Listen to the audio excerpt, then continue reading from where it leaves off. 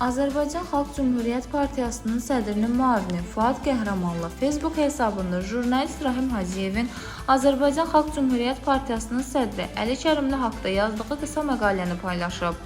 Bölgə TV-nin xəbərinə görə Əli Kərimli son bir ildə dünya mətbuatında zəfər yürüşündədir. Adlı məqalədə partiya sədri haqda çoxsaylı təriflərə yer verilib.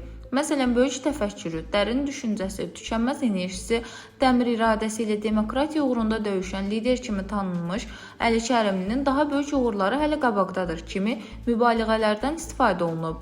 Yazı son dərəcə ağır şəraitdə parlaq mübarizə tarixi yaratmış Əli Kərimli fenomeni budur fikri ilə başa çatır. Maraqlı olan Azərbaycan Xalq Cümhuriyyət Partiyasının sədri haqda məqalənin yazılması və ya sosial şəbəkədə paylaşımı deyil.